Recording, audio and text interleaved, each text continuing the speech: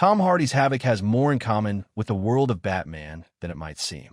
Tom Hardy's best movies often have him playing complex characters with a murky background, and his character in Havoc is no exception. The movie is about a cop who is tasked with rescuing a politician's son from a corrupt city under criminal control. Havoc's ensemble cast includes veteran actors like Luis Guzman, Forrest Whitaker, and Timothy Olyphant, as well as some new faces. While Havoc is not based on a comic book, it has a similar tone to a Tom Hardy comic book movie.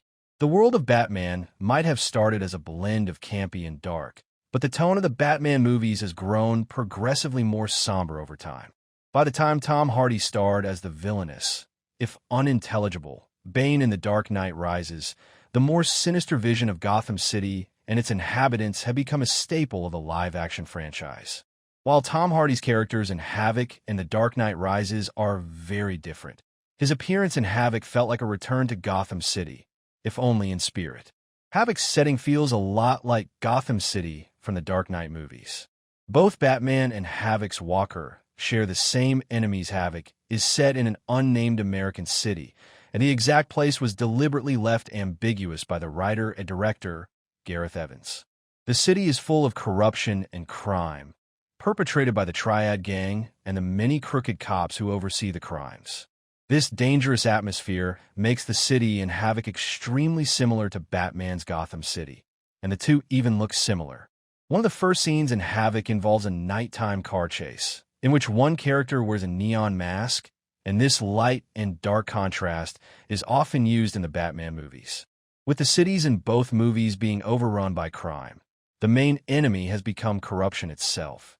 Most of the villains in the Batman movies are over-the-top caricatures that are so popular in comic book adaptations. When done well, the Batman antagonists can be both iconic and terrifying, like Heath Ledger's Joker. That said, Batman occasionally fights more realistic enemies, and these are a central part of Havoc. The Triad Gang is a real organization and the main adversary for Walker, Tom Hardy's character in Havoc.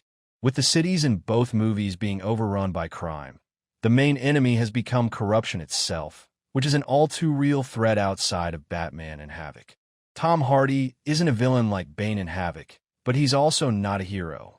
Tom Hardy regularly plays Antiheroes. Tom Hardy's Walker looking at something with a rifle aimed over his shoulder in Havoc.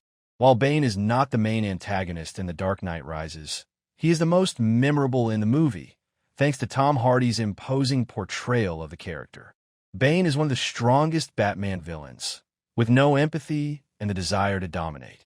On the other hand, Walker is willing to break rules, but he has a moral code, and when his selfishness was tested, he tried to help rather than allow a wounded officer to be shot. Walker might be a corrupt character with questionable morals, but he is far from being the villain that Bane is. Tom Hardy is well known for playing antiheroes, and even making some of the most brutal villains relatable through nuanced performances. Hardy's portrayal of the infamous gangsters, the Cray twins, is a great example of this skill.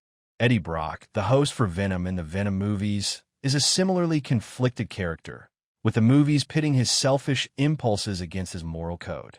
Mad Max Rockatansky is arguably Tom Hardy's best-known and most successful antihero character, and both he and Walker are trying to survive a hostile world, though the world of Havoc is slightly more habitable than in Mad Max.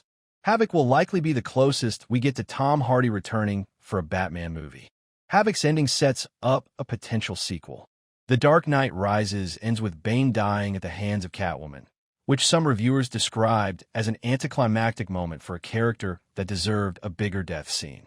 This means that it is extremely unlikely that Tom Hardy would return to Gotham City to reprise his iconic role. Havoc is likely the closest movie that we can get to seeing Hardy return to Gotham City. This could be a good thing, as Havoc's setting contains the best parts of Gotham, while Hardy is given more of a chance to emote without being hidden behind the Bane mask.